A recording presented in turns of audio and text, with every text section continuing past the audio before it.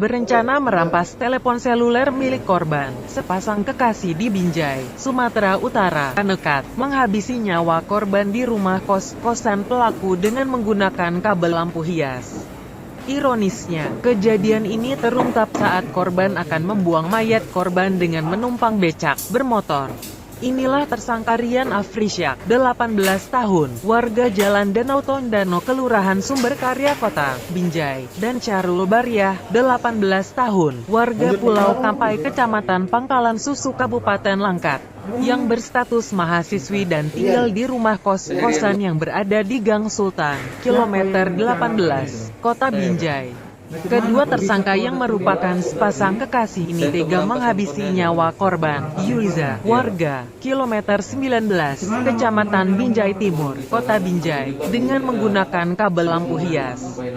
Peristiwa ini terungkap saat sepasang kekasih ini nekat membawa mayat korban dengan menumpang becak bermotor hingga ke desa Pekansawah, Kecamatan Sebingai, Kabupaten Langkat, dan membuat kecurigaan warga dan melaporkannya ke Polsek Sebingai. Petugas yang menerima laporan langsung menuju lokasi dan menemukan jasad korban sudah tidak bernyawa di atas becak bermotor, sedangkan kedua tersangka sudah diamankan oleh warga.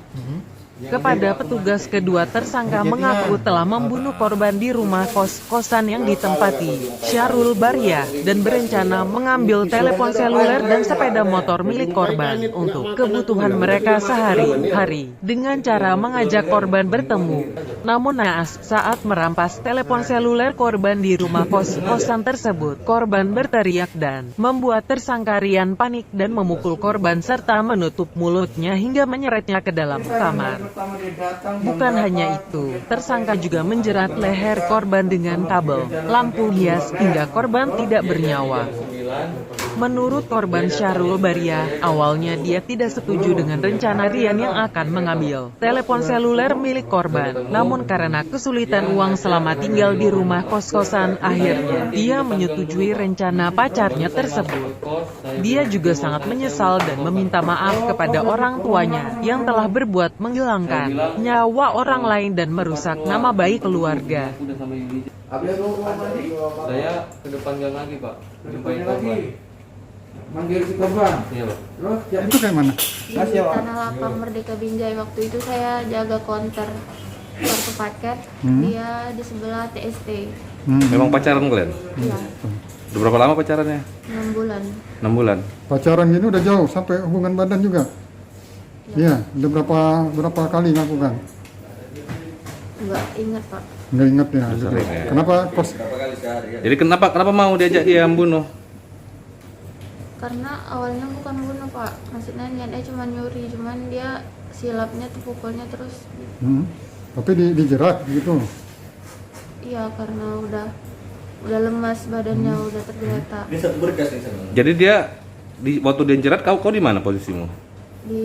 Pas dia ngelilit saya di kamar, Pak. Ikut bantu nggak? Enggak. Terus waktu bawa keluar itu siapa? Bawa, hah? Ngajak keluar. Itu mayatnya itu. Korban mau dibuang itu siapa punya ide? Dia Dia. Mau dibuang kemana itu? ke daerah Tanah Seribu terus lagi ke sana ke dalam. Kenapa nggak jadinya?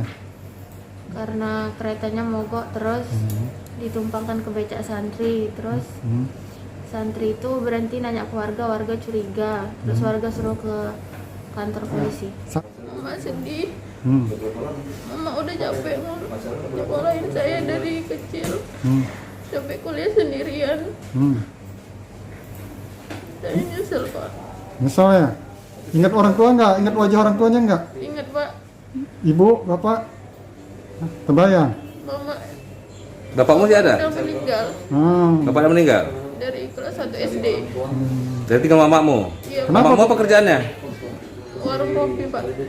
Motifnya untuk ngawani saya, Pak. Si korban kok ajak chattingan untuk ngajak Imo? Iya. Ngajakmu kemana? Ngajak untuk ngawani latihan sekali beli stick drum, Pak. Latihan apa? Latihan band. Latihan band? Iya, Pak. Oh, Sekalian ngawani dia ngurus surat lamaran. nah, jadi ketemuannya di rumah kosan itu? Pertama di warnet, Pak. Juga. Warnet? Iya, Pak. Nah, Habis itu kau bawa ke rumah kosan. Iya pak, ke kosan. Sampai di rumah kosan apa yang kau buat? Saya ngulur waktu pak. Untuk alasan saya mau nyari gembok. Jadi saya pinjam handphonenya. Maksud saya handphone itu kalau udah di tangan saya, jadi dalam kamar, kami larikan handphonenya pak.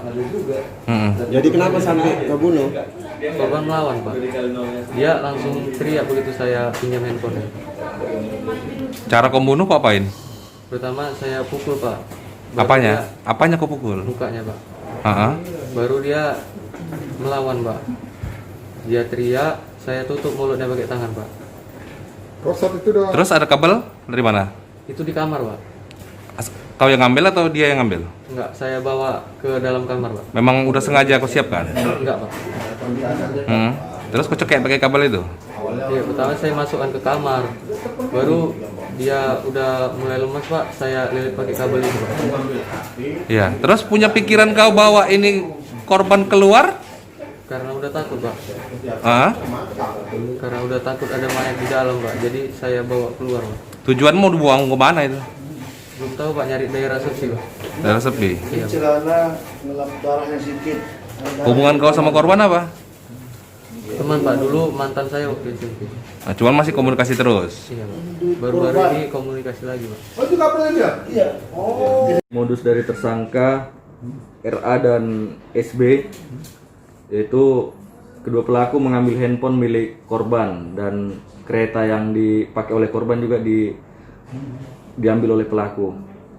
Ya, artinya pelaku ingin menguasai barang milik korban.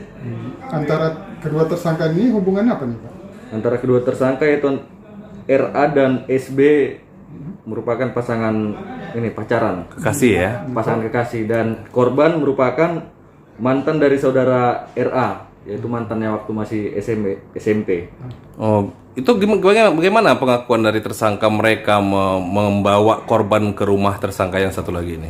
Jadi awalnya tersangka RA melakukan chat melalui Facebook terhadap korban, yaitu mereka ingin mengajak jumpa.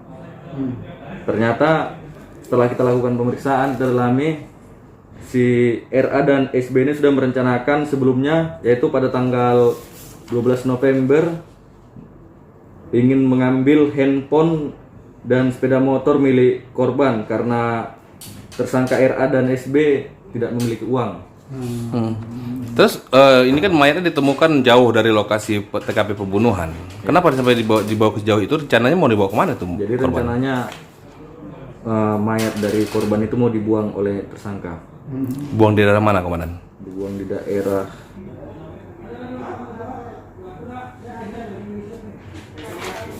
Sebinge.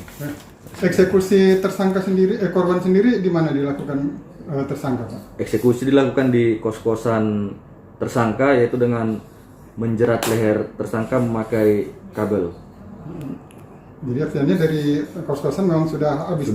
Sudah habis. Dari sana kos-kosan bawa keluarnya memakai apa Pak? Memakai sepeda motor. Nah, pada saat itu sepeda motor yang dipakai mereka mogok, dan pada saat itu ada becak lewat di stop. Kemudian ditumpangkan ke becak, dan orang yang mengendarai becak itu curiga kenapa wajah si korban ini dibungkus. Pada saat itu dibuka udah lebam-lebam, dibawa ke puskesmas, dan pada saat itu mereka menghubungi petugas, dan personil Polres Sebinge segera menuju ke puskesmas dan mengamankan tersangka. Ya, jadi kepada dua tersangka tadi apa pasal itu diberlakukan, Komandan? Itu pasal yang kita sangkakan yaitu pasal 365 ayat 4 dan 338 KUH pidana. Dari Binjai, Sumatera Utara, Tim Liputan BNews TV. BNews TV.